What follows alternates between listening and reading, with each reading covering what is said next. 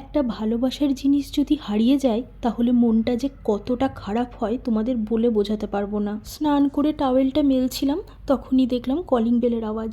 বুঝতে পারলাম জিনিসটা চলে এসেছে। প্রায় 12 বছর হতে চলল।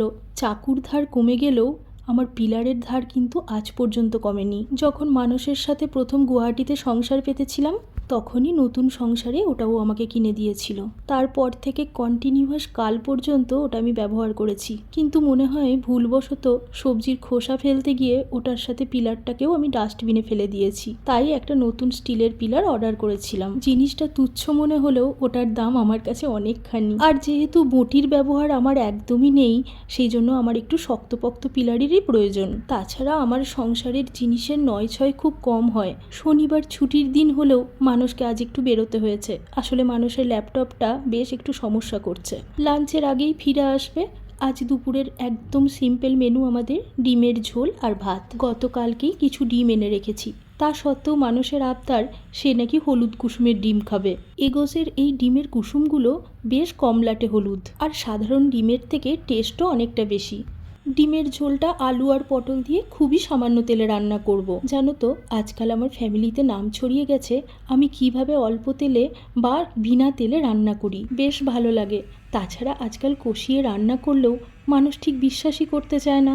তখনই বুঝতে পারি দুটো রান্নার টেস্টের মধ্যে নিশ্চয়ই তেমন কোনো পার্থক্য নেই। ডিমগুলো আগেই সেদ্ধ করে রেখে দিয়েছি, আর আলু আর পটল সব কিছুকে ভালো করে ধুয়ে নিয়ে প্রেসার কুকারে দিয়ে তার মধ্যে সমস্ত মশলা দিয়ে একেবারে কষিয়ে নেব। এই কষানোর সময় কিন্তু আমি একদমই তেল দেব না।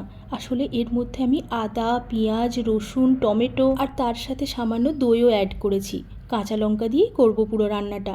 দই দিয়ে কোনো রান্না করলে না, দইয়ের মধ্যে যে একটু হালকা অয়েলি ভাব থাকে সেটাই ওপরে ভেসে ওঠে। হাফ সেদ্ধ করে নেবো মাত্র একটা সিটিতেই। ঝোলটা রেডি হয়ে গেলেই এর মধ্যে সেদ্ধ ডিম দিয়ে একটু ফুটিয়ে নিলেই ডিমের ঝোল রেডি, একদম বিনা তেলে। তবে আজ মানুষ যেহেতু বাড়িতে আছে তাই ডিমগুলো আমি একটু হালকা ভেজে নেব। ওই ডিমের তেলেই একটু কালো জিরা আর একটু শুকনো লঙ্কা ফোড়ন দিয়ে যে ঝোলটা আমি রেডি করেছিলাম আলু পটল দিয়ে ওটা মিশিয়ে দেব। আজ আবার ন্যানোর স্কুলেও ছুটি। স্নান করে একদম বাবুসোনা হয়ে ঘরে বসে একটু নিজের মনে আঁকাআঁকি করছে। রান্না তো মোটামুটি কমপ্লিট। ডিমগুলো ঝোলের মধ্যে দিয়েছি, একটু ফুটুক, তাহলে টেস্টটা ভালো হবে। মানুষ গেছে, জানি না কখন আসবে, আদৌ লাঞ্চে এসে পৌঁছাতে পারবে কিনা, কারণ অনেকটা সময়ের ব্যাপার।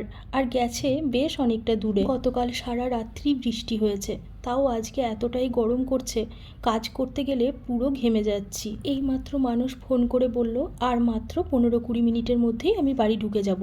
তাই ভাবলাম অনেকটা বেজে গেছে, প্রায় 3টে বাজতে যাই, আমি সমস্ত খাবারগুলো ডাইনিং টেবিলে গুছিয়ে রাখি, যাতে মানুষ ঢোকা মাত্রই ওকে তাড়াতাড়ি খাবারটা দিতে পারি। যাই হোক, চলো তাহলে আজ ভিডিওটা এখানেই রাখি।